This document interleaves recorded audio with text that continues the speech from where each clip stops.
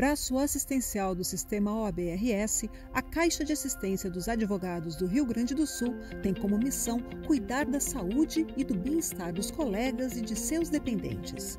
A entidade oferece uma série de auxílios financeiros, estrutura e espaços para o exercício profissional, atendimento em saúde, além de centenas de descontos e vantagens em produtos e serviços conveniados.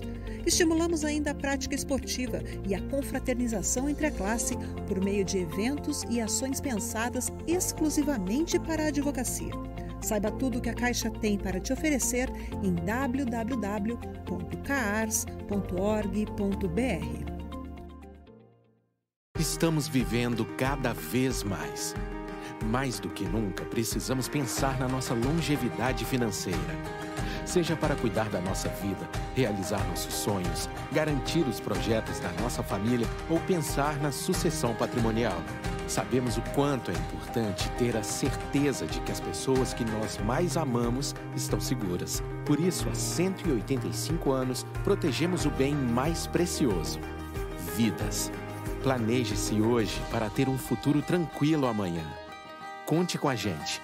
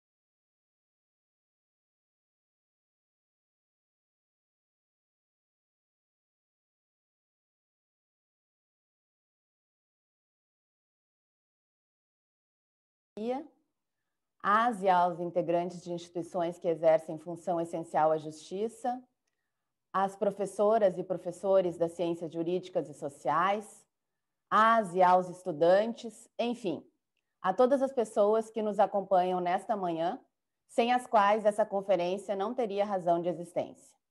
É com muita seriedade e responsabilidade que damos início à 9ª Conferência Estadual da Advocacia do Rio Grande do Sul, da Ordem dos Advogados do Brasil, seccional do Rio Grande do Sul, a primeira 100% presencial.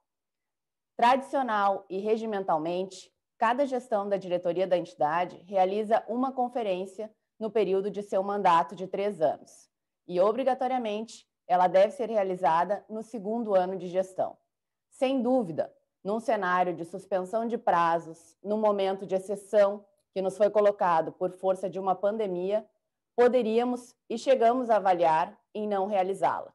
Mas tendo presente a inevitabilidade da crise e a essencialidade da advocacia, nossa diretoria entendeu, de maneira inédita, por propor esse evento à comunidade jurídica, que aceitou nossa proposição, o que se revela pelas milhares de inscrições realizadas, possibilitando que possamos expor a advocacia, a todas e todos os integrantes do sistema de justiça, as principais questões que estão desafiando a nossa atuação. Num cenário de pandemia, de insegurança jurídica, de imensos desafios no acesso à justiça, numa sociedade tecnológica acelerada pela propagação de um vírus de proporções mundiais, A intenção é de que possamos, com a escolha de palestrantes que aprofundam seus estudos nas ciências jurídicas e sociais, levar nossa contribuição para conseguirmos superar os imensos desafios que estamos a enfrentar. Esperamos contribuir para a evolução do sistema de justiça com reais benefícios, ainda que num cenário absolutamente desfavorável para a sociedade. Serão 3 dias de muito pensar. Obrigada, sinceramente, pela presença virtual. Obrigada em meu nome e de toda a diretoria da entidade, a toda a equipe de apoio dessa seccional, em especial ao nosso setor de eventos, que está aqui ao meu lado, excepcionalmente, todos de máscara, à exceção de mim, que estou falando, excepcionalmente na seccional. Estamos também em trabalho remoto, estamos em home office preferencialmente, mas para transmitir essa conferência com segurança a todas e todos, trouxemos a nossa equipe de eventos aqui, o nosso pessoal de apoio da comunicação, que estão em segurança, mas auxiliando a advocacia a realizar esse grande evento. Nesse sentido, agradecemos ainda o patrocínio da Caixa de Assistência dos Advogados do Rio Grande do Sul e a mão geral, a Egon Seguros e Previdência, bem como o apoio da nossa Escola Superior de Advocacia e da OAB-Prev, além do apoio institucional da Associação Gaúcha dos Advogados do Direito Imobiliário Empresarial, AGADI, da Associação dos Procuradores do Município de Porto Alegre, APMPA, da Associação Nacional dos Procuradores do Estado e do Distrito Federal, ANAP, e da Associação dos Procuradores do Estado do Rio Grande do Sul, da Associação dos Advogados de São Paulo, da Escola da Júris, da Faculdade João Paulo II, da Fundação Escola da Magistratura do Trabalho, do FEMARGS, do IBDFAM, Instituto Brasileiro de Direito de Família, seção do Rio Grande do Sul, do Instituto Brasileiro de Gestão de Negócios, das seccionais da OAB da Bahia, do Espírito Santo, de Goiás, do Piauí, do Paraná e de Santa Catarina, da UBRA Torres, da Unicino São Leopoldo e da URI. Obrigada pela colaboração. Aliás, esse é o espírito que nos norteia, num cenário estadual de 2.000 mortos pela Covid e de 8.000 pessoas internadas em função da mesma doença. Isto é, sem deixarmos de estar sensíveis à pandemia, trazermos a contribuição dos agentes da justiça, da advocacia, da OAB do Rio Grande do Sul, para superarmos uma crise de enormes dimensões. A advocacia tem que se servir da tecnologia e não ser substituída por ela. Temos que seguir e acelerar o processo de inclusão digital, sob pena de termos advogadas e advogados, assim como cidadãs e cidadãos de segunda categoria. Temos que ser sustentáveis, impondo limites para a ação humana, e não sendo condutores de tragédias, mas sim as evitando. Temos, por fim, que garantir o acesso à justiça a todas e todos, pois a injustiça e a desigualdade dividem, nos põem em guerra, e nós devemos ser vetores da paz, pois isso é ao que o direito se destina. Esse primeiro painel terá como tema Reforma Tributária na Arena Política Digital. Será presidido pelo advogado público, doutorando em Direito Econômico, Financeiro e Tributário pela USP, Dr. Renato Ramalho, a quem agradeço e passo a palavra, desejando um belíssimo debate e uma ótima conferência a todas e todos nós. Muito obrigada e um bom dia. Um bom dia a todos. Inicialmente, gostaria de saudar e cumprimentar a minha querida amiga Fabiana Bart.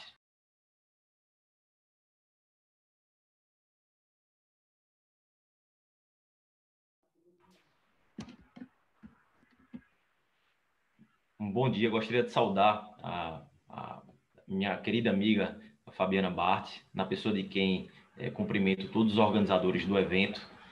Gostaria de cumprimentá-la pela excelente apresentação do início dessa conferência. Estaremos aqui nesse primeiro painel tratando exatamente de reforma tributária na arena política digital, um assunto que está na pauta do dia no cenário nacional. Nessa mesa temática, vamos ter 2 palestrantes e 2 debatedores, além de uma relatora que, ao final, fará as conclusões e compilará as principais manifestações para os anais do nosso evento. Os nossos palestrantes são o professor Paulo Caliendo, advogado e doutor em Direito, a doutora Márcia Cadori, que é procuradora do Estado, mestre em Direito pela PUC, diretora, vice-presidente da Escola Superior de Advocacia Pública, dos biênios 2008, 2009 e 2018, 2019, professora da PUC no período de 2005 a 2012. Como debatedores, teremos o doutor Rafael Pandolfo, advogado e doutor em Direito, e também a doutora Jussandra Hickman Andrasco, vice-presidente da Comissão de Direito Tributário da OAB do Rio Grande do Sul. Como relatora, teremos a doutora Josana Rosolém Rivoli, corregedora-geral adjunta da OAB do Rio Grande do Sul. Vamos ter um tempo aproximado de 30 minutos para cada palestra, com as considerações dos debatedores no prazo de 10 minutos. Então, sendo bastante objetivo e agradecendo o convite da doutora Fabiana, bem como do meu amigo Ricardo Breyer, vamos iniciar, então, com a palestra do professor Paulo Caliendo. Professor Paulo, com a palavra. Bem, bom dia a todos. Para mim é uma grande honra estar na Conferência Estadual da OAB, da Advocacia. Realmente é um momento privilegiado para qualquer um. E faço meus agradecimentos à doutora Fabiana Bart, estimada amiga, que realizou um excelente trabalho sobre o federalismo fiscal no Brasil, ao presidente Ricardo Breyer, que conduz de modo exemplar e exímio esses nossos trabalhos, a doutora Rosane, diretora da nossa Escola Superior da Advocacia, aos colegas de mesa, a doutora Márcia Cadori, estimado amigo, a quem admiro demais, nosso doutor Rafael Pandolfo, doutor Renato, doutora Jussandra, doutora Jusana, todos aqueles que estão aqui auxiliando na realização desse evento, o Rafael, e todos os advogados da advocacia pública, da advocacia privada, servidores, funcionários, estudantes, colegas de modo geral.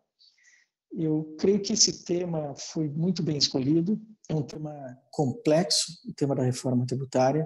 A advocacia precisa estar atenta a esse tema, e eu creio que algumas características importantes que eu trago à reflexão de modo bastante geral para debate com todos os colegas, doutor Renato Ramalho, doutor Rafael Pandolfo, Márcio Cadori, Jussandra, que é em relação à reforma tributária.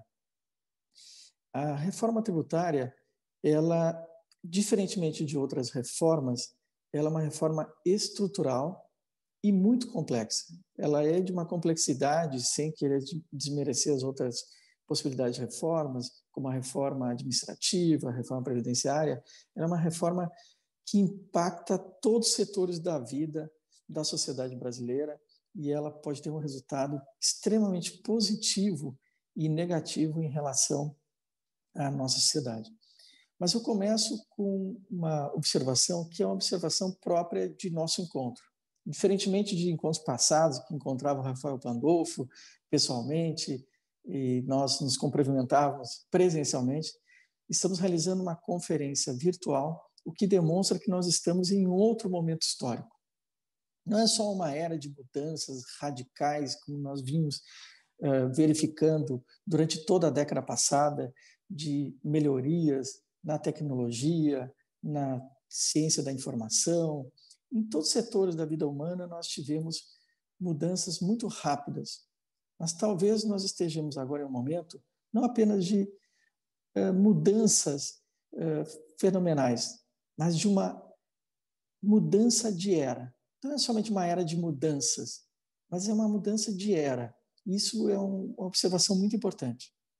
Nós estamos mudando a era em que nós vivemos.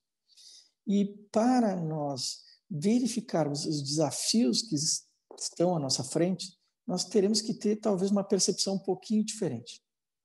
Eu gosto muito de um autor, não sei se conhecem, provavelmente os colegas aqui conhecem, que é o Nassim Taleb. Ele é um cidadão nascido no Líbano e ele conta que o Líbano era um país extremamente seguro, estável, um país que tinha uma característica geral muito diferenciada da instabilidade da região. E de um momento para o outro, tudo mudou.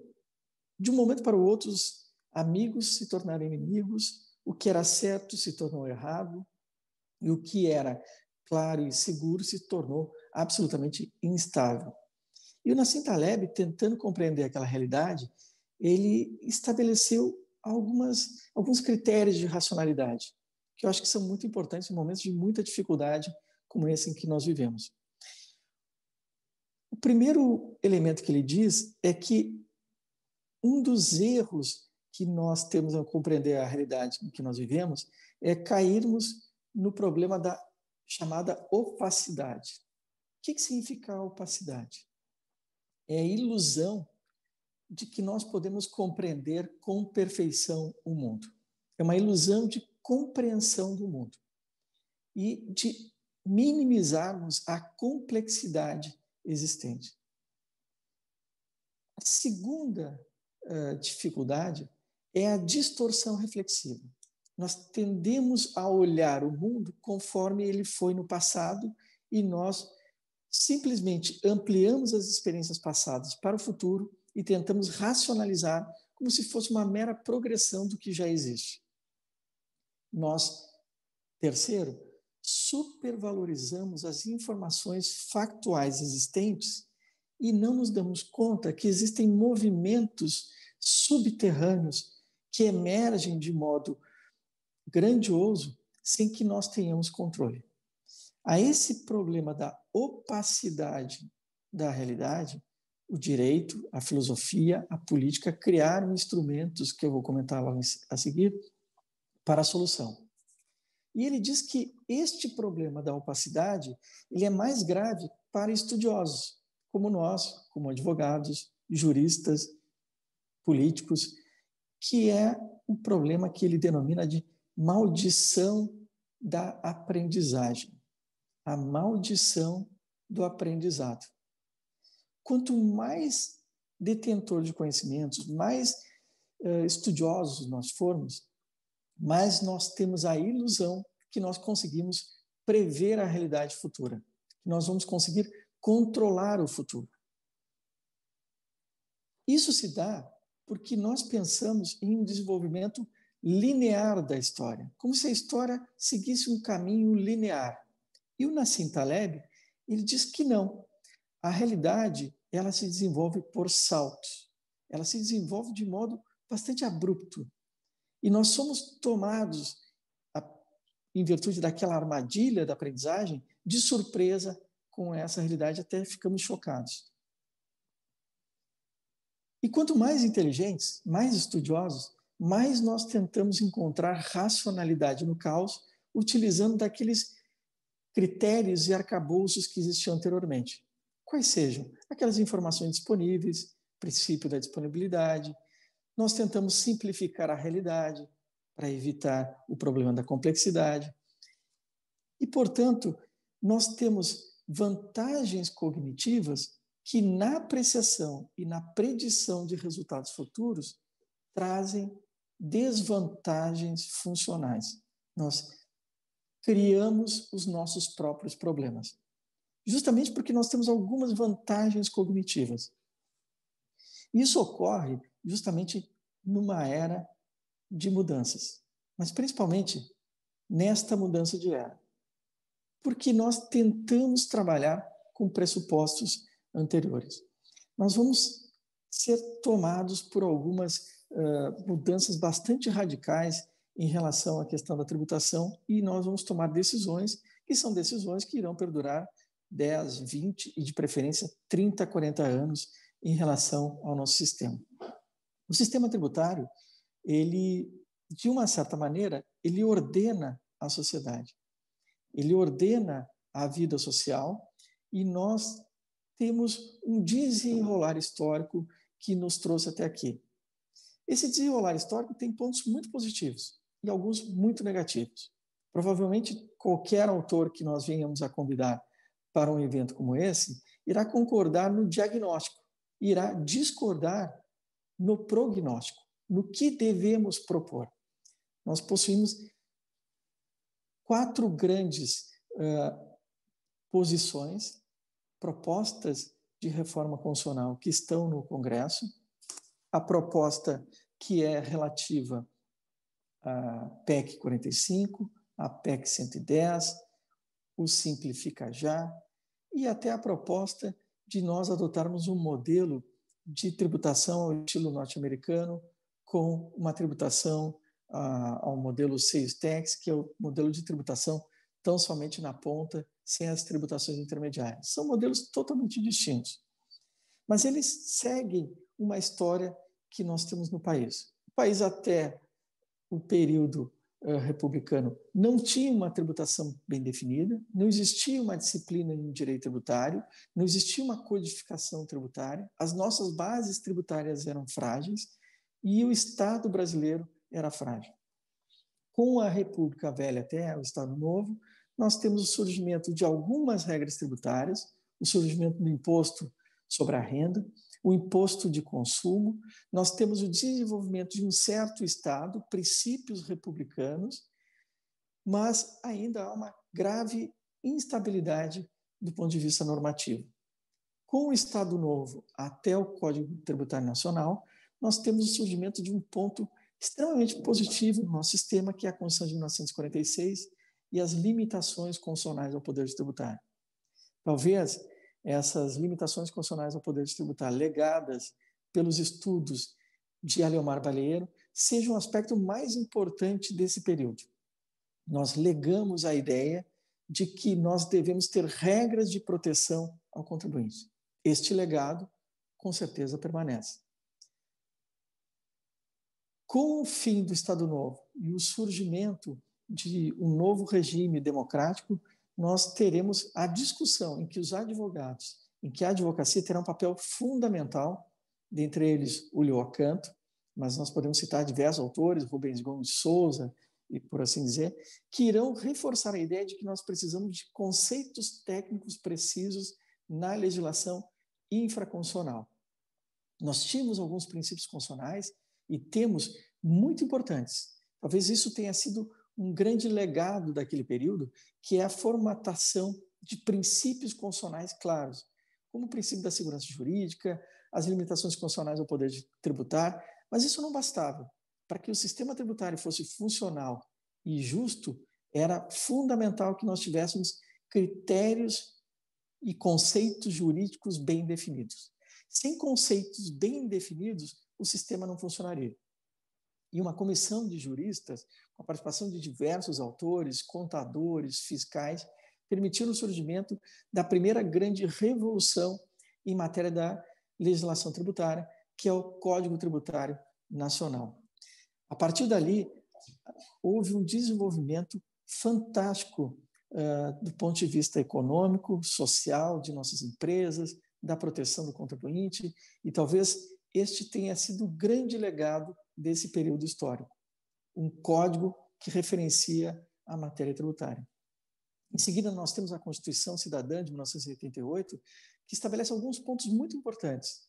A descentralização política, a descentralização econômica, uma importância ao modelo de um Estado que atua de uma forma bastante controlada em relação à economia, um ambiente de negócios, e talvez o legado dessa época tenha sido uma Constituição muito equilibrada entre os entes federados, na relação fisco-contribuinte, na relação justiça fiscal e liberdade econômica, uma Constituição que, pelo seu equilíbrio, pela sua serenidade, permitiu que nós tivéssemos um desenvolvimento bastante razoável.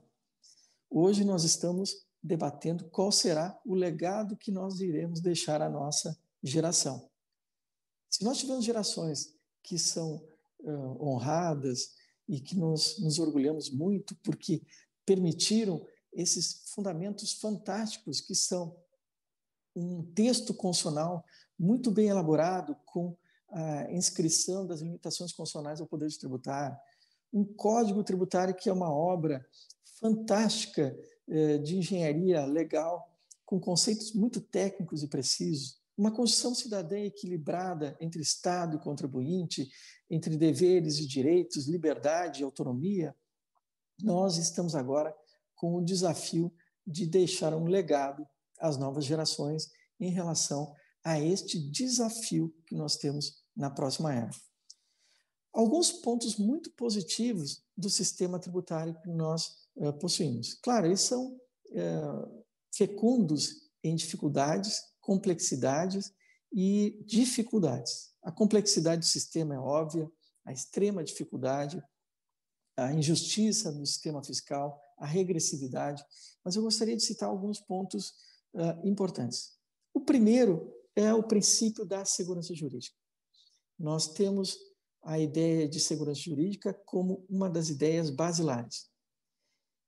E ela é uma ideia formatada durante séculos e que se torna muito mais importante em relação à matéria tributária.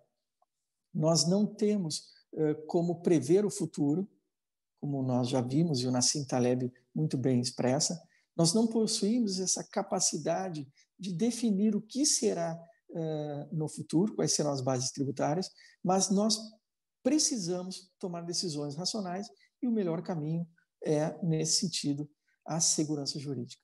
A segurança jurídica permite que os agentes econômicos titulares de direitos possam definir de modo claro, de modo descentralizado, as escolhas que farão em relação aos seus interesses. Há uma óbvia escolha aqui, que decorre desde Cícero, que é da assunção de que, se nós não temos racionalidade perfeita, se a nossa racionalidade é limitada, nós devemos ter escolhas que sejam garantidas por meio de uma reflexão contida dos desígnios da razão. A razão não consegue determinar tudo. Portanto, nós temos que deixar com que ocorra a emergência por parte dos agentes sociais do que deve ser realizado. E, para isso, a segurança jurídica é um elemento fundamental. E é justamente o que falta hoje em nosso sistema. Nosso sistema tem uma profunda insegurança jurídica que começa nos tribunais. As decisões demoram quase uma década a serem tomadas, as decisões não são claras porque tanto o voto, o relatório, a ementa, a ratio decidente não são claros à sociedade, o setor público não sabe exatamente quais são os seus limites, o contribuinte também não determina exatamente essa possibilidade, e talvez o princípio da segurança jurídica seja o grande princípio que nós vamos ter que atuar no momento de insegurança geral na sociedade. O segundo princípio é o princípio da subsidiariedade. É um princípio que é defendido pela comissão do Pacto Federativo da OAB do Rio Grande do Sul, presidida pelo nosso querido e estimado colega Dr. Ricardo Armani.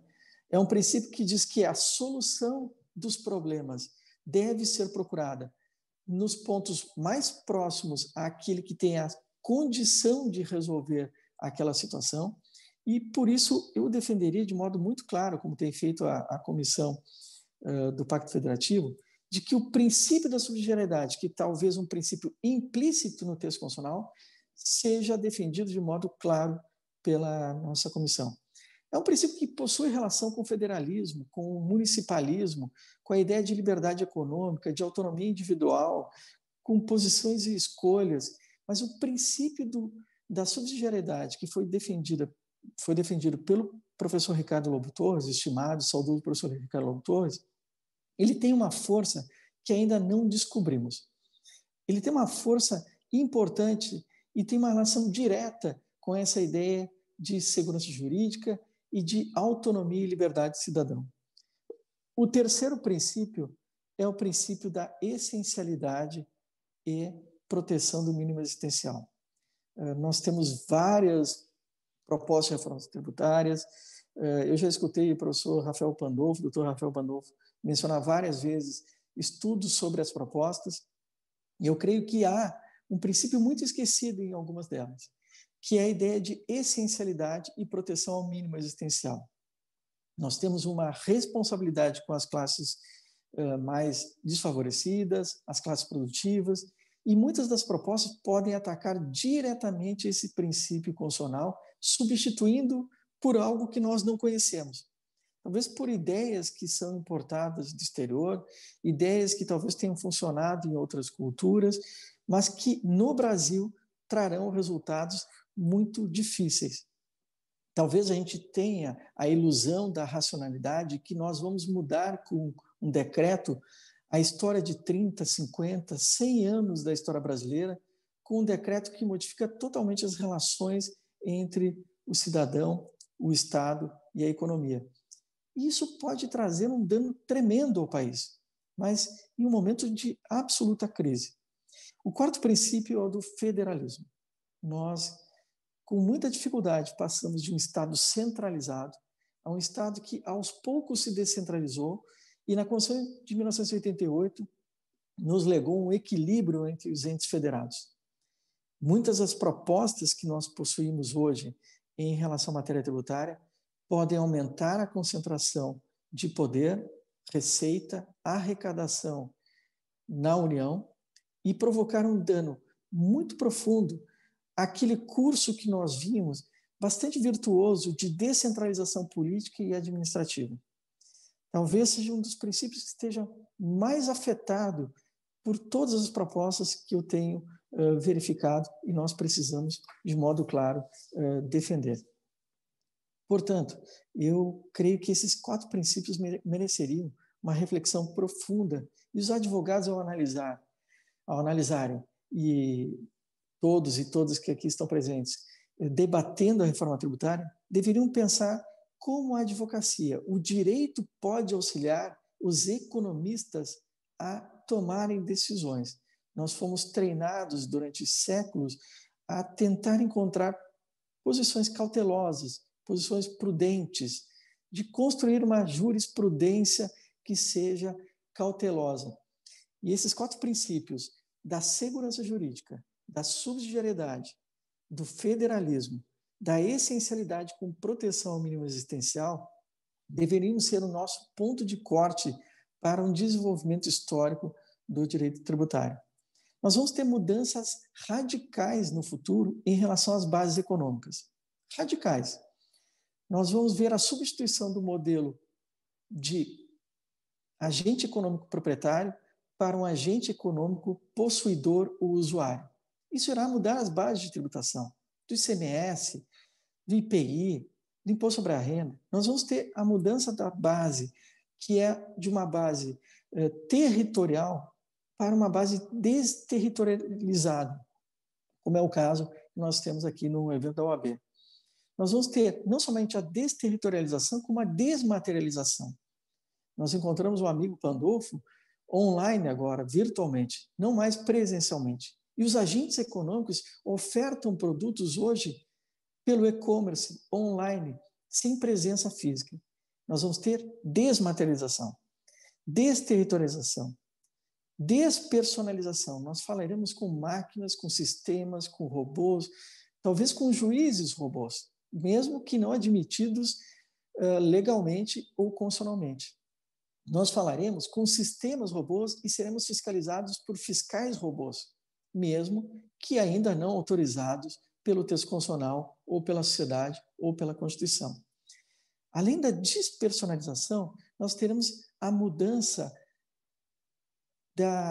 das relações entre os agentes em geral, o que nós iremos chamar de desintermediação. Nós não precisaremos mais diretamente de bancos ou de, talvez, cartórios ou, talvez, de agentes intermediários. Estes desafios de desterritorialização, desmaterialização, desintermediação, despersonalização são desconhecidos. E nós não sabemos exatamente os efeitos que eles terão em nossa vida futura. Tentar racionalizar sobre isso, com padrões anteriores, pode nos legar dificuldades tremendas. Portanto, nós temos que ter muito cuidado nesse momento. Muito cuidado, porque nem toda a sociedade vai ter a capacidade de seguir o rumo que nós teremos. Há um desafio ainda muito maior, o desafio da inteligência artificial. Tempos atrás eu comentava com a doutora Rosane e a nossa diretora, a estimada diretora da ESA, sobre os desafios da inteligência artificial em relação a diversos aspectos. E ela prontamente já iniciou debates sobre o tema e começou a trazer o assunto, a preocupação à nossa advocacia. A inteligência artificial irá mudar radicalmente o modo de advogar, de fazer política, e nós teremos alguns desafios muito grandes. Desafios em entender esse novo sistema. E provavelmente nós vamos ter que falar e nos comunicar com uma linguagem um pouco diferente. Nós vamos ter que falar não só com palavras novas, o professor Rafael Pandolfo comentava o surgimento de neologismos, como mutar, startar, mas nós vamos ter que começar a falar sobre linguagens diferentes, como expressões pouco habituais à advocacia, tais como deep learning, machine learning, computação cognitiva, vieses, tendências. É todo um vocabulário distinto, mas que significam uma coisa só: a tendência ao mundo artificial superar as relações humanas. E a nossa necessidade de criar limitações consonais ao poder artificial. Nós temos que criar limitações consonais ao uso artificial de mecanismos que induzem, manipulam e modificam a vontade humana expressa na democracia, no mercado e nas ações individuais. Nós vamos ter que, novamente, levantar a defesa da bandeira dos direitos individuais, da autonomia, da liberdade, não mais contra a ordem natural, como foi historicamente, não mais contra a ordem social opressora, mas contra uma ordem artificial espalhada, que ela é transversal em todos os momentos da vida, e nós encontramos isso nas redes sociais, em pequenos negócios, mas de forma cada vez mais crescente e progressiva, como uma forma de proteção ao nosso sistema. A criação de uma super receita, com dados de todos os indivíduos. Imagine a quantidade de dados que a Receita Federal pode ter de cada um dos indivíduos. E nós conhecemos um pequeno, um leve detalhe, que é a informação das preferências de compras na hora da compra em um supermercado ou um armazém. Imagine as milhões e bilhões de informações coletadas por um órgão capaz de processar rapidamente essas informações e saber de cada um de nós o que compramos, o que escolhemos, quais são as nossas preferências, aonde nós atuamos. Imagine um único poder com todas essas informações e capaz de indicar procedimentos. É um desafio tremendo, talvez o desafio de nossa época, o desafio de estabelecer limitações consonais a um poder que é artificial e que não é do nosso controle. Dito isso, eu queria somente encerrar agradecendo a atenção de todos e todas, dizer que é uma grande honra estar na Conferência Estadual da OAB, é uma honra estar ladeado por pessoas tão importantes que eu sempre admirei muito, e mencionar que nós precisamos, nesse momento, muita prudência, muita cautela, em um momento de pandemia, dificuldade para tantas pessoas, inclusive para a própria advocacia, em tomar decisões que podem nos afetar durante 10, 20, 30 anos e que não são apenas relativos a uma crise econômica passageira ou de uma crise sanitária dura, cruel, trágica, mas de escolhas que podem se refletir no nosso futuro. Sobre os nossos ombros pairam os desafios e a responsabilidade de pensarmos em qual legado que nós deixaremos. Muito obrigado a todos pela atenção.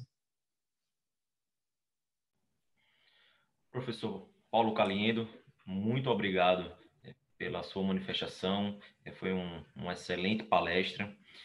Vamos, então, dar sequência com agora a palestra da doutora Márcia Cadore. Doutora Márcia, com a palavra.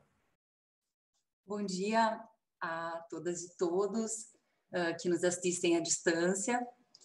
Eu gostaria de iniciar agradecendo a ordem da pessoa doutora Fabiana pelo convite para estar aqui. Foi realmente uma honra para mim poder integrar esse painel ao lado do professor Paulo Caliendo, que é mestre, né, meu, da doutora Fabiana, de todos nós, né, a quem eu cumprimento, então, todos os meus colegas de sala virtual. E eu queria dizer, quem conhece a doutora Fabiana sabe que, além da sua competência, né, inclusive liderando a organização desse evento, que teve recorde de inscritos em tão pouco tempo, né, em 48 horas já tinha ultrapassado a casa do milhar, sabe que ela é também generosa. Então, só não atribuam a ela aqui eventuais deslizes, falhas na minha fala, principalmente depois dessa lição do professor Paulo Caliendo, que eu fiz questão de registrar em detalhes aqui, porque realmente reflexões muito importantes. E também agradecer a gentileza da apresentação do Dr. Renato. Mas vamos lá. Eu penso que talvez até esse convite que a doutora Fabiana me fez se deva mais ao conhecimento que ela tem de uma longa experiência de advocacia pública, né? Eu vou completar agora, em novembro, 28 anos de advocacia pública. Então, posso ver de perto, né, muitas coisas, inclusive, que o Dr. Paulo falou. Então, vamos lá. Bem, reforma tributária na arena política digital. Eu não tenho como falar em qualquer tipo de reforma sem olhar para a Constituição, né? E gostei muito desse enfoque do Dr. Paulo, de olhar para trás também, né? Olhar para a nossa história, pensar como era antes da nossa Constituição, pensar como era antes do nosso Código Tributário. E quando eu abro a Constituição, lá no artigo 3º, eu já vejo lá quais são os objetivos do Estado, né? Redução das desigualdades sociais e regionais, promoção do bem de todos. Eu não tenho como fugir disso. É isso que a Constituição atribuiu aos entes públicos, né? E disso decorrem inúmeros deveres que são incumbidos aos 3 entes públicos, né? E, sendo assim, eu não tenho dúvida de que o tributo é o bem público mais importante que existe. Ele é dinheiro, e é o dinheiro que realiza, né? É o dinheiro que realiza a saúde, é o dinheiro que realiza a educação, e é a falta dele que não realiza. Então, eu penso que, quando eu falo em reforma tributária, eu não posso perder de vista este norte lá do artigo 3º e a importância que tem o tributo no financiamento disso tudo, e bem por isso, né, me parece que lá o Constituinte de 88 fez uma repartição de competências tributárias importantes, né? Quis dar autonomia para os entes públicos, autonomia financeira, né, que me parece extremamente relevante. Que uma reforma tributária é necessária, acho que há um consenso sobre isso, né? Ninguém, em maior e menor escala, todo mundo entende que é preciso mudar, porque nós temos um sistema regressivo, um sistema que trabalha com base na desigualdade, que se vale da desigualdade. Nós temos um sistema complexo, é preciso uma simplificação, né? Claro, eu trabalho muito com os tributos estaduais, trabalho com o ICMS, e realmente, às vezes, é assustador o conjunto de normas, né, que cada setor tem que conhecer, que cada setor tem que saber, né? É preciso a segurança jurídica, o que foi muito enfatizado muito bem enfatizado pelo Dr. Paulo Caliendo, né? Segurança nas relações fisco-contribuinte, segurança jurídica nas decisões do Poder Judiciário. Saiu uma pesquisa recente, agora, da FGV do Rio de Janeiro, Fundação Getúlio Vargas, abril de 2020, que trouxe, naquela revista Supremo em Números, sobre o Supremo Tribunal Federal Tributário. Nós temos lá as 3 palavras mais recorrentes em matéria tributária de 88 a 2018, ICMS, crédito tributário, contribuições sociais, que representam quase 18% das demandas. E uma constatação da FGV do Rio foi que o nosso volume de demandas aqui no estado do Rio Grande do Sul é um ponto fora da curva, considerando o tamanho da nossa economia.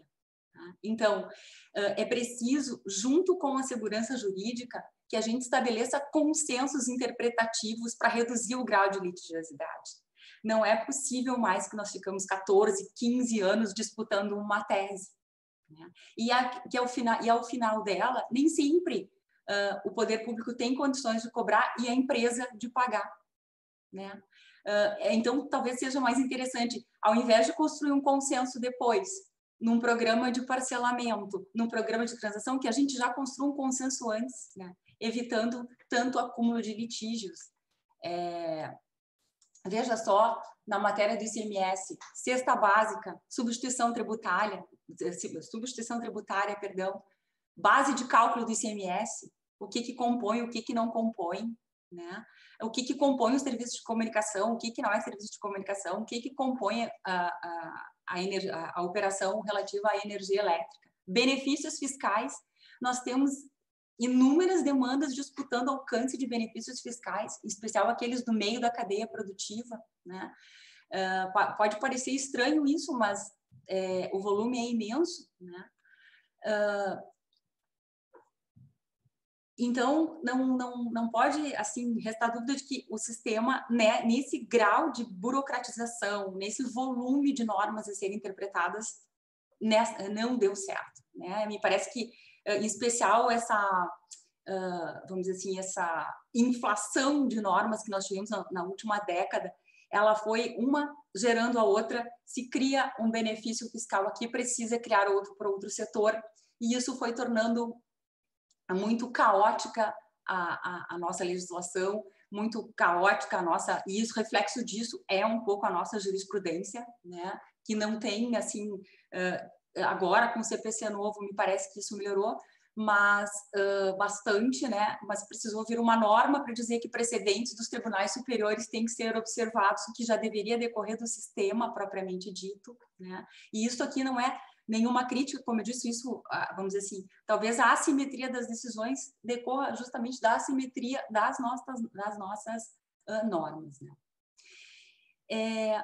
Isso tudo já seria suficiente para tornar muito complexo um sistema de reforma tributária, porque para promover o bem de todos e para reduzir as desigualdades, é também necessário, além da segurança jurídica, da simplificação, que haja um reforço na receita pública. Né? Não há como o Estado, não há como abrir mão de receita. Isso tudo até março de 2020. Em março de 2020, os entes públicos se deparam com uma pandemia de proporções mundiais, né? Onde a desigualdade vai aumentar, né? Segundo as Nações Unidas, vai haver no país uma duplicação das pessoas em extrema pobreza, que ganham até $69 mês, e vai aumentar em 30% as pessoas na condição de pobreza, aquelas que ganham até $149 por mês. Mais de 280 mil pessoas abandonaram seus planos de saúde porque não podem mais pagar, vêm para o SUS. Não tenho o dado exato, mas já li matérias de cancelamentos nas escolas privadas. Né? Uma queda de renda muito impressionante, então, para as pessoas mais carentes da pirâmide econômica. O PIB mundial no impacto não visto desde a Segunda Guerra. Uma taxa de desemprego que, segundo uma projeção da FGV feita agora em julho, pode chegar a 19%. Uma pandemia, me parece, que expôs toda a fragilidade do nosso contrato social.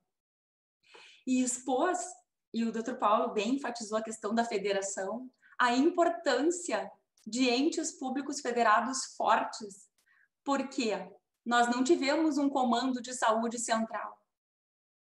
Eu olho para o doutor Renato e sei das atribuições dele lá na PGM e fico pensando como tem sido esses dias, né? Porque prefeitos e governadores tiveram que rapidamente adotar medidas, né?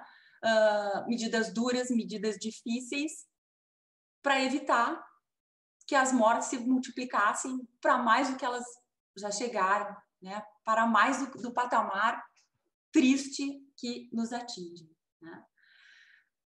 Então, esse é o cenário que nos encontramos, né? Pequenas empresas, especialmente na área de serviços, fechando, né? As pequenas empresas, elas podem não representar, principalmente as empresas do Simples, um grande impacto na arrecadação, mas na geração de trabalho representa. E esse, então, é o estado de coisas que nos encontramos. E o que nós temos aqui, né?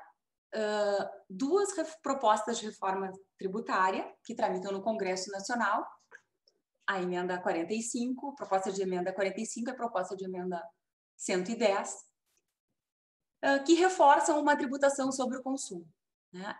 Claro, é evidente, não há que se reconhecer que ali há uma simplificação que é bem-vinda, né? No imposto sobre bens e serviços, seja na PEC 45, seja na PEC 110. A PEC 145, perdão, ela reúne 5 impostos, né? Ela prevê o crédito integral, enfim, várias demandas que hoje os contribuintes têm em relação ao ICMS e que a PEC 45 vem a contemplar, né? Unifica PIS, COFINS, ICMS, ISS e IPI. Mas temos, por outro lado, hoje, uma outra realidade em termos de pacto federativo, né? Se esta, vamos dizer assim, unificação de tributos e centralização, né, em um imposto só, né, o IBS, já era difícil, me parece, do ponto de vista dos municípios, eu acho que esta dificuldade agora, me parece que aumenta, né? Se eu tenho municípios que eventualmente poderiam depender só dessa arrecadação, dessa divisão da arrecadação do IBS, do Imposto sobre Bens e Serviços, outros, como o município de Porto Alegre, não é assim. O ISS é receita importante, o IPTU é receita importante, não é? Bem, além dessas duas propostas, da 45 e da 110, que tem essa agregação de tributos em comum, né? E essa proposta simplificadora e, de certo modo, arrecadadora, em razão dessa simplificação, o que chega agora? Uma proposta de uma contribuição. Uma contribuição que vem para reunir duas contribuições federais, a PIS e a COFINS, por meio do PL 3887 de 2020, né? E que, assim como o IBS, seja na PEC 45, seja na PEC 110, também vem e eleva a tributação dos serviços, tá? No momento de extrema fragilidade econômica. Esta proposta, a CBS, né, teria um preço final sobre o produto, uma alíquota final, perdão, de 12%. Seria não cumulativa. Para a indústria, ótimo.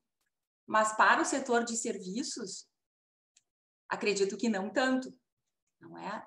Não teríamos, assim, o mesmo impacto. Fim da alíquota zero para várias mercadorias, entre elas os livros, né? Eu acho que todos aqui estão acompanhando esse debate, né? E tão impactante foi essa elevação da alíquota para 12% que a própria ordem apresentou uma proposta com vistas a suavizar no tempo este impacto. E temos ainda, né, como eu digo, uma ameaça de ressuscitar a CPMF. E eu quero deixar claro que eu não vou aqui demonizar nenhum tipo de tributação, muito menos uma contribuição sobre a movimentação financeira, né? Me parece que até se ela preservasse as pessoas de baixa renda, preservasse as exportações, até poderia ser eficiente. Mas nós não sabemos o que vem por aí, né? Nós ouvimos falar em transação, imposto sobre transações digitais, imposto sobre, que é diferente de imposto sobre produtos digitais, que é diferente da discussão hoje que se faz na Europa e na OCDE sobre a necessidade de tributar a renda das Big Techs, né? É essa discussão que hoje está pautada na OCDE, a necessidade de que os lucros que as Big Techs obtêm na União Europeia possam ser tributados lá, e não propriamente sobre os serviços. Me parece que a França tentou alguma coisa parecida que acabou temporariamente suspenso. E nesse cenário, né, de uma insistência em tributar o consumo, eu gostaria de trazer alguns dados sobre a renda e o patrimônio.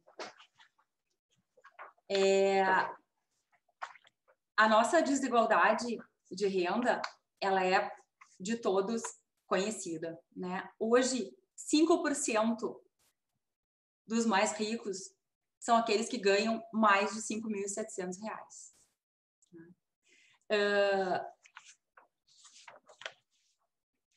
70% dos rendimentos acima de 320 salários mínimos ficam livres do imposto de renda. Esse é um dado da Malu Delgado, no Valor Econômico do dia 19 de setembro de 2019, onde ela faz uma matéria sobre quais os impostos pagamos, né? E ela traz dados impactantes, e um deles é esse, não é? Nós temos, na nossa cesta de composição tributária, 4,60% dos tributos recaem sobre a propriedade, 48,38% sobre bens e serviços. 20% apenas é sobre a renda e 26,68% é sobre a folha de salários. Para que se tenha uma ideia, nós temos um economista, que é o professor Bruno Caraza. Ele tem um blog, O Espírito das Leis. No dia 11 de maio de 2018, ele fez um exame da tributação da renda. O nome do artigo é Com ou Sem PJ, fazendo uma alusão à pejotização, não é? E, para espanto de todos, se nós formos examinar, por exemplo, um rendimento médio de um titular de cartório, R$100.000, alíquota efetiva do imposto sobre a renda, 10%. O rendimento de um jornalista famoso, jornalista da Globo, R$74.000, alíquota efetiva, pasmem, 2,1%. Então, me parece que a renda ela é subtributada. Tá? E isso, tanto a PEC 45 quanto a PEC 110 não enfrentam. Né? A renda segue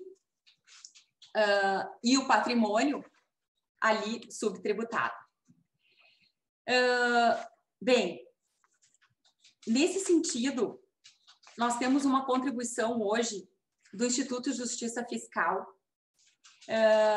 propondo um modelo de tributação que possa aumentar a tributação do patrimônio e da renda. Né? De que modo? Tributando, evidentemente, as faixas mais altas, não é? Porque o próprio professor Thomas Piketty, né, quando esteve aqui e na sua obra O Capital no século XXI, diz que as grandes conquistas do século XX foram o imposto de renda progressivo e o imposto sobre herança. Né? E aqui também, então, faço alusão àquelas lições que o Dr. Paulo disse, não vamos nos esquecer do nosso aprendizado. Quais são as propostas, então, que o Instituto de Justiça Fiscal nos traz? Né? Primeira delas, a revogação da tributação, da isenção sobre dividendos pagos para sócios de empresas. Não é? Isso seria, como o Instituto de Justiça Fiscal chama, uma medida permanente. Revogação da isenção sobre lucros e dividendos, mesmo quando remetidos ao exterior. Essa exoneração vai fazer com que 70% né, fez com que 70% dos rendimentos superiores a 300 mil ficassem isentos. Junto com essa proposta de revogação da isenção do imposto de renda, nós teríamos também um aumento de isenção para R$ 2.000, R$ 2.862, né, o aumento da faixa de isenção. O que teria, nesse momento, o objetivo de injetar dinheiro na economia, deixar dinheiro no bolso da população. E ainda, o Instituto de Justiça Fiscal, junto com a FENAFISCO, trabalha no sentido de que se institua efetivamente o imposto sobre as grandes fortunas. Acima de 10 milhões de reais, né, até 40 milhões, teríamos ali uma tributação de 0,5% e acima de 80 milhões, 1,5%. Trabalha ainda com a redução de tributos para microempresa ou empresas de pequeno porte, retirar imposto de renda da pessoa jurídica e contribuição social sobre o lucro líquido das faixas de receita bruta inferiores a 360 mil reais anuais, né, o que beneficiaria quase 900 mil empresas. Criação de uma contribuição social sobre altas rendas de pessoa física, que seria rendimentos para pessoas físicas que excedem 720 mil reais anos, né? E ainda em outros tributos que recaem sobre o patrimônio, trabalha no sentido de que os estados efetivamente instituam a progressividade do ITCD.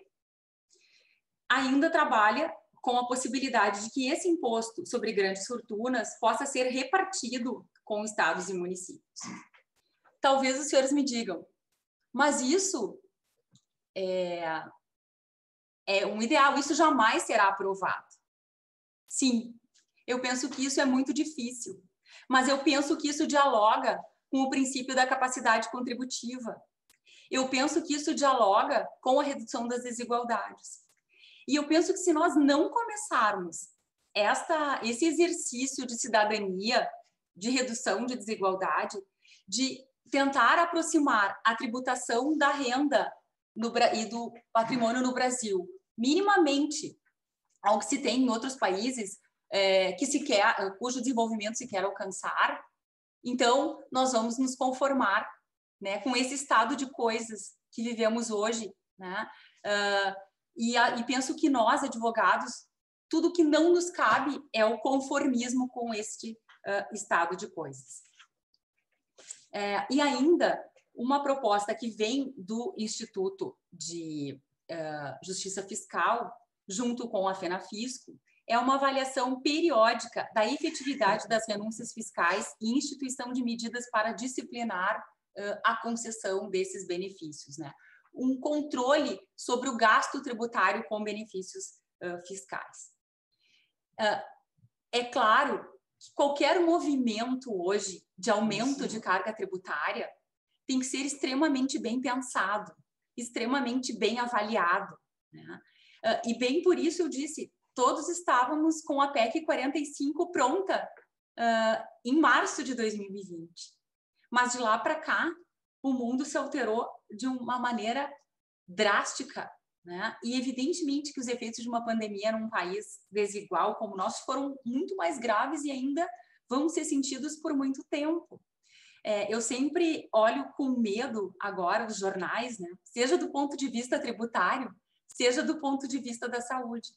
Mas hoje eu consegui dar uma espiada e eu vi que, segundo um estudo da URGS, nós ainda não atingimos o pico aqui no estado, né? Isso ficou ainda para o final de agosto, né?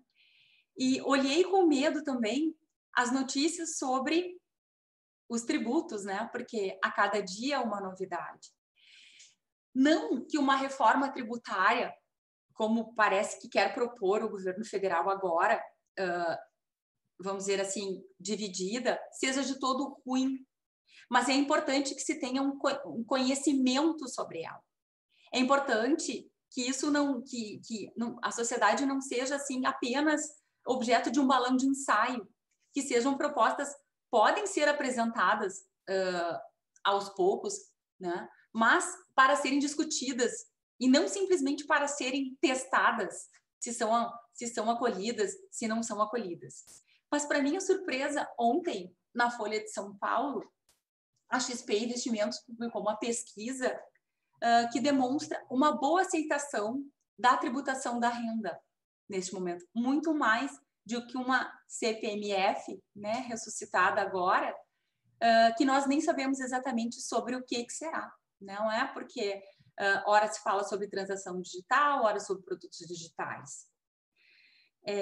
E, evidentemente, a melhor das reformas tributárias, a melhor das reformas não será suficiente, né? Nós teremos que ter uma política econômica que olhe para essa desigualdade.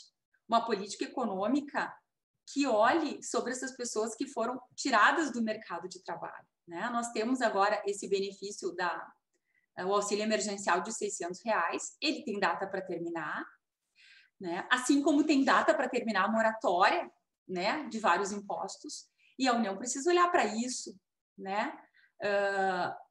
Temos que ter outras medidas, né, além de pensar em uma reforma tributária. O cenário realmente ele é de uma complexidade ímpar, mas eu não podia deixar de trazer aqui essas propostas de tributação da renda e do patrimônio, porque me parece que nesse contexto de tamanho abalo econômico, qualquer movimento em relação ao setor produtivo, né, que possa tirar mais postos de trabalho, ele seria muito desastroso, né?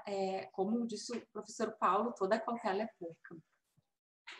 E agora, me encaminhando para o final, eu queria fazer uma alusão breve a estes projetos de lei que foram protocolados na segunda-feira aqui na nossa Assembleia Legislativa, né, de reformulação do ICMS.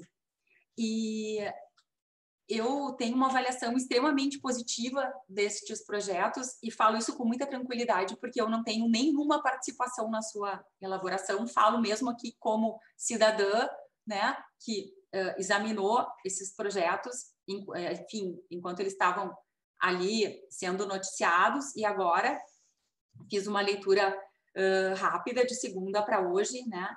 E o que eu penso que vai num caminho extremamente positivo, né?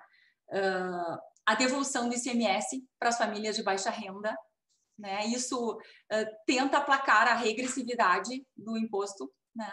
E é alguma coisa também positiva que já estava no modelo tanto da PEC 45 quanto da PEC 110, né? Isso vai ser algo gradual, mas eu penso que é um marco muito importante, né? Inclusive de afirmação daquele princípio da capacidade contributiva, sempre que possível os impostos terão caráter pessoal. Claro, o ICMS, ele é um imposto que recai sobre o consumo, mas eu penso que esta medida é extremamente importante para a justiça fiscal. Temos a redução de alíquotas, né, para duas alíquotas, 17% e 25%. Temos, do ponto de vista das operações internas, a redução da alíquota para 12%, né? Vamos começar a trabalhar com a devolução de créditos de uso e consumo, né, o que representa a possibilidade de eliminação de um passivo intenso e a possibilidade de maior capital de giro na mão das empresas. Temos ainda a extinção do diferencial de alíquota, né, que era uma demanda grande aqui do comércio, a devolução dos saldos credores de exportação, a revisão do Simples Gaúcho, né, e teremos uma revisão sistemática de benefícios fiscais, né, e inclusive a constituição de um fundo para viabilizar a devolução do ICMS para famílias de baixa renda, né? E também me parece um marco muito importante o aumento de alíquota do IPVA e no ITCD, né? Claro que eu sei que isso vai gerar um intenso debate, né? Não há nenhuma garantia, né, de que isso vá ser aprovado, mas isso me parece que sinaliza para um caminho que nós temos que tomar, né? Que é alcançar as capacidades tributárias, capacidades contributivas reais, né? Desonerar o consumo, fomentar a economia de modo que a gente possa retirar, né, as pessoas da extrema miséria, da pobreza, né, de modo que a gente possa enfrentar esse período pós-pandemia um pouco mais preparado. E seria isso, eu até acho que já o meu tempo está chegando no fim, que eu teria para contribuir com o debate, agradecendo mais uma vez o convite e ficando à disposição de todos. Obrigada. Doutora Márcia, agradecendo sua brilhante exposição. Eu vou passar a palavra rapidamente, em virtude do nosso tempo, para a primeira debatedora, a doutora Jussandra Hickman Andrasco, que é vice-presidente da Comissão de Direito Tributário da OAB do Rio Grande do Sul. Doutora Jussandra, com a palavra.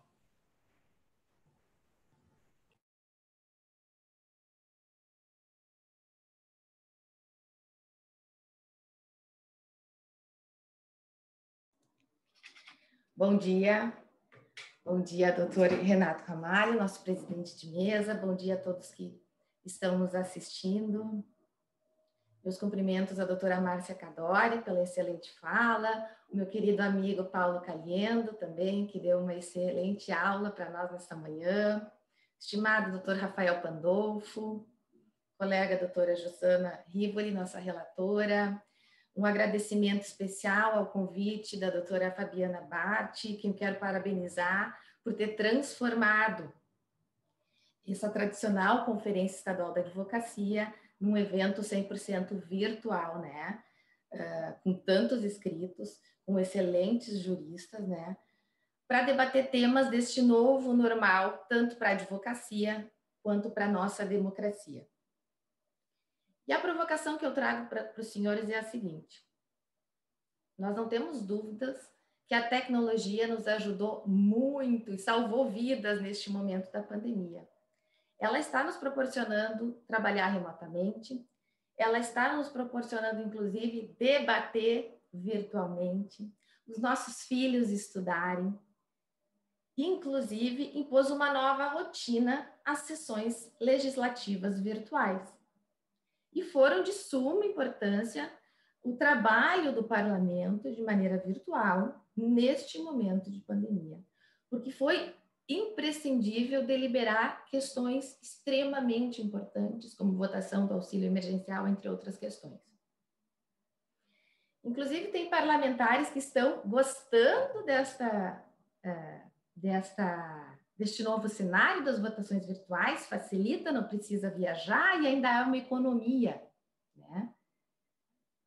Mas há outros, mas eles até comentam que querem que permaneçam sessões legislativas virtuais, desde que para pontos não polêmicos, mas tranquilos de serem votados, mesmo após a pandemia.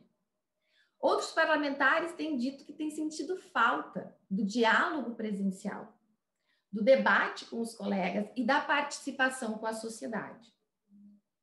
Na sexta-feira, teve um webinar do WLN sobre reforma tributária estadual, onde participou a deputada estadual Anny Ortiz, junto com a presidente da Federação, Simone Leite, e a deputada disse que está sentindo falta do diálogo com os colegas. Especialmente no momento em que se quer votar a reforma tributária estadual, né? Há um prejuízo na qualidade de um debate virtual. A gente tenta este arranjo aqui virtualmente, mas era muito mais gostoso e proveitoso se nós estivéssemos num auditório, debatendo cara a cara com os colegas. E é nesse cenário onde as comissões especiais, especialmente em Brasília, não estão suspensas as atividades, e a importância das comissões especiais para articular determinados temas com o parlamento e com a sociedade, em que se clama por urgência numa reforma tributária, seja federal ou estadual. O Estado do Rio Grande do Sul me apresenta um projeto protocolado ontem, que quer que seja votado até final de setembro, no meio da pandemia, virtualmente. Um projeto amplo em que mexe na vida de todos nós gaúchos e que tem vem com promessas e com palavras muito bonitas que como se só tivesse aspectos positivos, né? E já entro nisso porque eu não tenho muito tempo, nos eram 10 minutos, para tratar especificamente cada um dos projetos. E também, de outro lado, o governo federal, que também tem muita pressa, teve quase um ano para apresentar o projeto do governo, que é a CBS. Projeto esse que nós tributaristas sabemos. Eu tenho certeza que em 2016, porque eu estava num evento com o Rafael Michele na OAB de Novo Hamburgo, o Rafael já apresentou uma proposta da Receita Federal que era para unir o PIS/COFINS. 2016 já existia isso, acho que é de 2015. Entra o projeto agora e tem que ser votado com urgência para a retomada do crescimento. Agora ele é urgente. Rodrigo Maia, em julho de 2020, 14 de julho, acho que está no Valor Econômico ou no Estadão, diz que não dá para esperar o retorno das comissões especiais, voltar da pandemia. Ele vai pautar a PEC 45, ele está com pressa, um pouquinho antes de apresentar a CBS. Mas nós vivemos a maior crise econômica global, mundial, desde a Grande Depressão, que ela é resultante da maior crise sanitária já vivida na nossa época. Nós não sabemos até quando ela vai. Sim, porque ninguém sabe se a vacina vem em dezembro, quando vai imunizar todo mundo, quando nossos filhos vão voltar à escola e quando vai se reabrir as atividades econômicas. A economista-chefe do FMI, a Gina Gopinath, ela disse que essa crise ela é diferente das crises anteriores, onde o impacto maior era na indústria. Dessa vez, o impacto maior vai ser no setor de serviço, que é o que mais emprega e é o que já fechou milhões de postos de trabalho. Desemprego, aumento, como a doutora Márcia Cadori falou, extremo da pobreza. As 3 propostas de reforma federal que eu falo, PEC 45, PEC 110, agora a CBS, e a reforma tributária estadual do Rio Grande do Sul, elas vão piorar o cenário para as 2 maiores vítimas da Covid.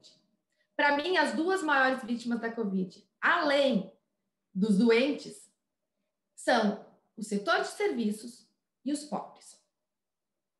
O Estado do Rio Grande do Sul vem com um projeto lindo, falando em competitividade, simplificação. Gente, que simplificação!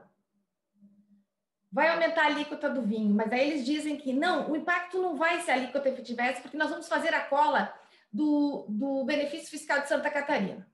Gente, ontem eu fui olhar o benefício do vinho de Santa Catarina. Meu Deus do céu! Há 2 ou 3 formas de cálculo. É um monstrengo para chegar naquele benefício fiscal. E vamos simplificar, né? E assim, o discurso tá bonito. Acaba com o princípio da essencialidade, da seletividade, para graduar os tributos essenciais. O Rio Grande do Sul vai tributar o ovo, gente. O ovo que ainda é a proteína que o pobre consegue comprar. Vai ter aumento de preço. E não venha, vai cair o consumo. E não venha me dizer que vão devolver o dinheiro para o pobre através de transferência de renda, através de restituição. Gente, o Estado não pagou a folha ainda, de julho. O Estado colocou a mão nos depósitos judiciais para pagar a folha em outras oportunidades. O que nos garante que essa devolução parcial, gente, devolução parcial do tributo para quem tem até um salário mínimo 40% e 2 salários mínimos 20%, depois 15% até 3%. Nós teríamos um impacto significativo na vida dos pobres para consumir. Num momento em que a sociedade clama, os empresários clamam por diferimento de impostos, clama por não exclusão de parcelamentos especiais feito anteriormente por conta do inadimplemento. Que os empresários têm que pedir substituição das garantias para poder pagar a folha dos seus funcionários nas demandas tributárias. E que o governo tem que estender um auxílio emergencial para alcançar o mínimo existencial para as famílias de baixa renda. Como onerar os alimentos essenciais, que é o que o Estado do Rio Grande do Sul está fazendo. Setor de serviços, seja CBS, seja PEC 45, PEC 110, com a história de acabar a seletividade, gera crédito de tudo e aumenta a alíquota. Só na CBS, se for essa, que é a mais simples, que não precisa mexer na Constituição Federal, nós vamos ter um impacto imenso no setor de serviços. Por quê? Porque o setor de serviços, o maior custo dele não gera crédito que a mão de obra. Então, um setor que já está na UTI, respirando com a ajuda de aparelhos, vai morrer. Então, este é o cenário. Não é hora, não é momento, nem forma de se falar em reforma tributária em meio a uma pandemia, em meio da maior crise econômica que nós já vivemos. Não me venham com esse eufemismo, tá? De recuperação da confiança, de simplificação, aumento da produtividade. Que simplificação que nós vamos ter? Gente, o sistema tributário, ele é complexo. E mesmo o professor Caiano falando há pouco, ela é uma reforma estrutural e complexa. Como nós vamos votar virtualmente? Como a sociedade vai participar desse debate? E mais, a dificuldade de simplificar. Nós estamos alterando poucos tributos. Permanecerão as complexidades do imposto de renda no lucro real, do imposto de renda à pessoa física, algumas discussões sobre o que é ou não dedutível, e outra uma infinidade. Nós temos dezenas de tributos e nós vamos mexer em meia dúzia nem isso. E vem me falar que essas reformas irão trazer simplificação e redução da litigiosidade? Muito pelo contrário. Até porque eu nem vou entrar, não é objeto, eu estou só debatendo o tempo de transição até se chegar numa simplificação desses 5 impostos, falando em PEC 45, que é do mais de 12 anos, não é nem 10, é 12, porque é 2 anos para colocar em funcionamento e depois em testes, depois 10 anos fazendo a substituição gradual. Então, não é o momento de fazer reforma. Eu penso que nós temos que tentar, primeiro, enfrentar essa pandemia, ver como nós vamos sobreviver a ela. Eu sei que é difícil, mas pensem, até para o setor de saúde vai ter um aumento. Serviços essenciais à saúde, se passar a CBS, vão ser onerados, planos de saúde serão onerados. Os medicamentos aqui no estado do Rio Grande do Sul, da cesta básica, prevê um aumento de 142%, em meio a uma crise sanitária. Essas são as minhas considerações, senhores. Muito obrigada. Doutora Jussandra, muito obrigado pela sua bela exposição. Passar a palavra rapidamente para o doutor Rafael Pandolfo, que é advogado e doutor em Direito.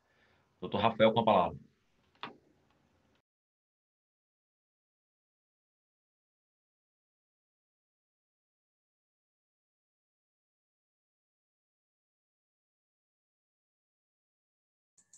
Pronto.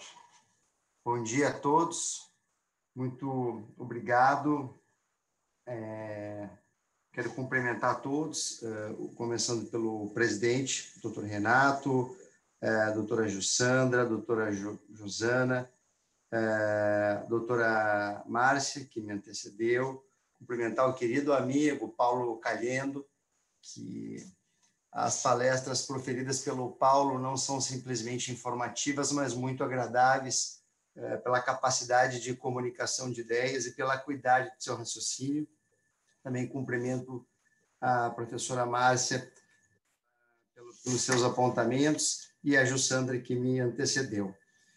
Em virtude do tempo, né, além dos cumprimentos, agora eu devo ter 6 minutos, né, eu imagino que eu deva ser breve e o farei.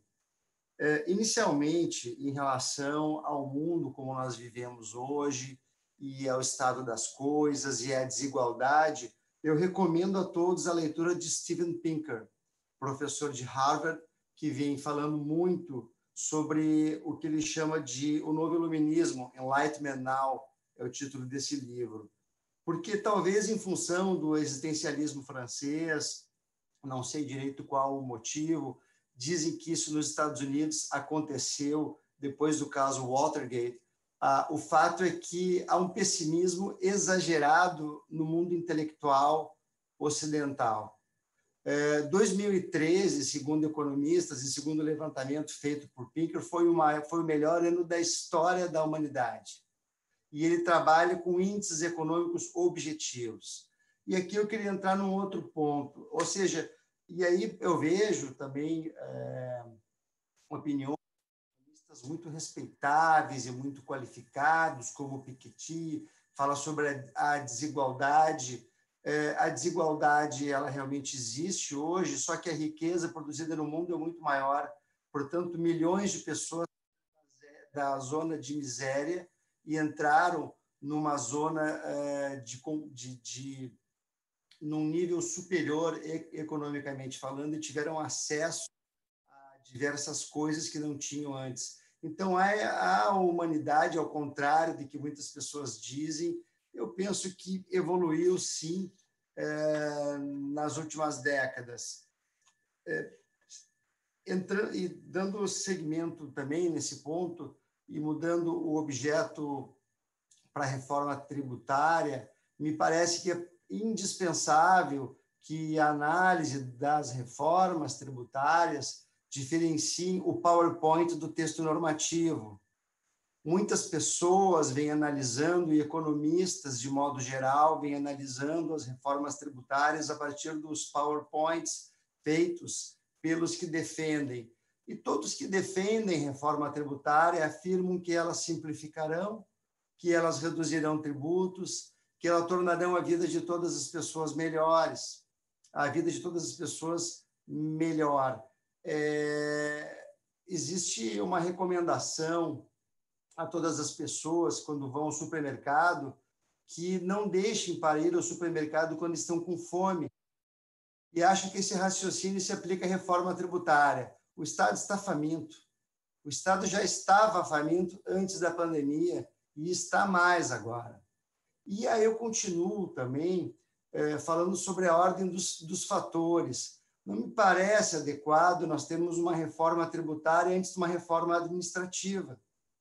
Se nós não sabemos quanto nós queremos gastar, nós nunca saberemos quanto precisaremos arrecadar. Então, a reforma administrativa prévia me parece um ponto fundamental. Também eu quero cumprimentar,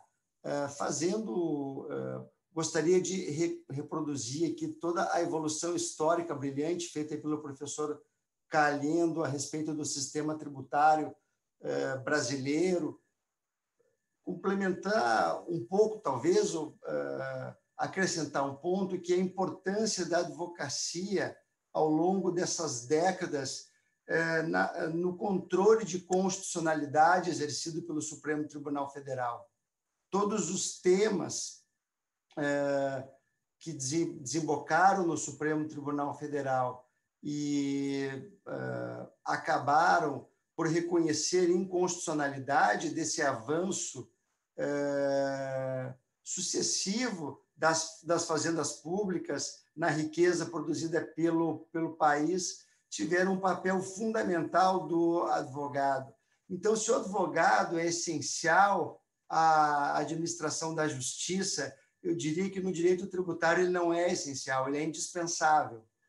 Sem ele, não há controle de constitucionalidade. Então, nesse dia 12, que é o dia que sucede o dia do advogado, eu não poderia deixar de manifestar o meu orgulho de integrar essa classe, de uma advocacia de mercado, de uma advocacia, e também o meu orgulho de manifestar, de integrar uma seccional tão importante como a do Rio Grande do Sul. Rapidamente ainda, eu tenho teria vários comentários, porque eu integro também a Comissão de Direito Tributário Federal da OAB. E ali nós estamos acompanhando de perto as reformas tributárias. Então, eu gostaria de fazer alguns apontamentos rápidos, né? Vou pular a reforma estadual. Basta dizer 2 pontos sobre a reforma estadual. A reforma estadual refere crédito sobre uso e consumo, refere crédito sobre ativos, só que diz que isso dependerá do CONFAS, ou seja, tudo que se pagará à vista, tudo que se receberá a prazo, e dependerá de edição, e no meu modo de ver, nem de CONFAS, mas de lei complementar, porque a lei complementar 87 que cria a restrição à utilização desses direitos.